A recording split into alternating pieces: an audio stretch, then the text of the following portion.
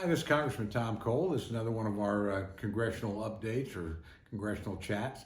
This has actually been a very busy week in Congress and honestly a pretty productive week as well. On the productive side, the House of Representatives passed with a very substantial bipartisan vote the National Defense Authorization Act. This is the manner by which we plan how to spend the money that will later be appropriated for defense.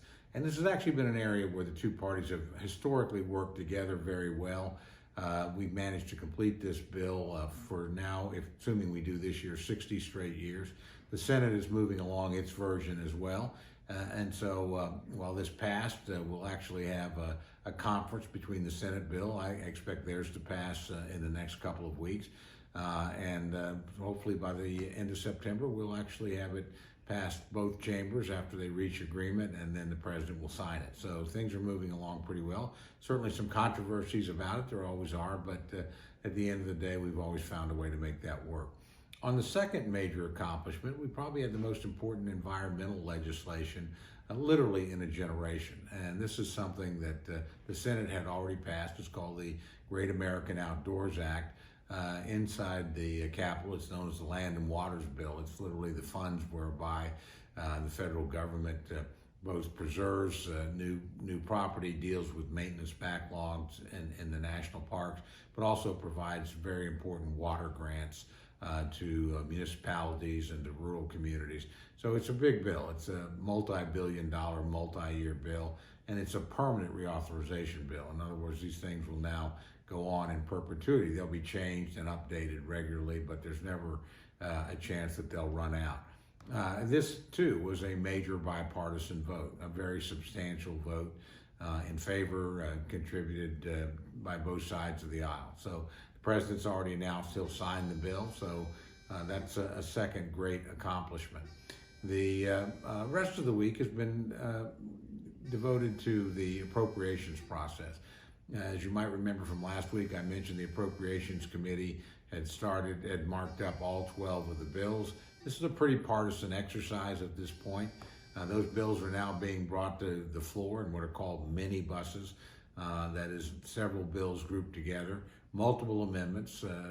There will be a vote literally today on 4 appropriations bills. They will pass along party lines. There'll be very much a Democrat versus Republican deal. But the point is, all of those things have to get done before you go into conference with the Senate. And that's where the real deal making is done, if you will, because the bills have to reconcile themselves. And you have to come up with a bill that will pass a Republican Senate and a Democratic House and be signed by a Republican president. So while these bills are very partisan, and I certainly am not going to support them, there's too much spending, there's too many unrelated activities attached to them, what legislators call riders, that is unrelated matters put in bill. The bills themselves violate the 2019 budget agreement between the two parties and the president in that they contain unrelated legislation, and they break all the spending caps that were put in place and agreed to by all parties last year. So again, this is a messaging exercise, but it does move the process along, and sooner or later maybe we'll be in a position to sit down and deal with one another more seriously. So it's been, again, a very, very active week in Congress and a very productive one. Anytime you get one bill to the president's desk that's as important as the Great American Outdoors Act, you move another bill to where you're going to sit down with the Senate in a serious way on defense bill, and that will become law. And even the disappointing appropriations bills at least move the process forward. So a good week, and hopefully Congress can follow it with another one. I will say, just looking ahead, negotiations have begun today between Democrats and Republicans on what would be the 5th supplemental to deal with coronavirus. The two sides are quite a bit apart. The Democrats have about a $3 trillion bill. Republicans at this point about a $1 trillion bill. There's a lot of differences over policy, but my instinct tells me nobody's going to go home for the August break until they actually arrive at a deal. So I think you'll be reading about that a lot in the next week or 10 days.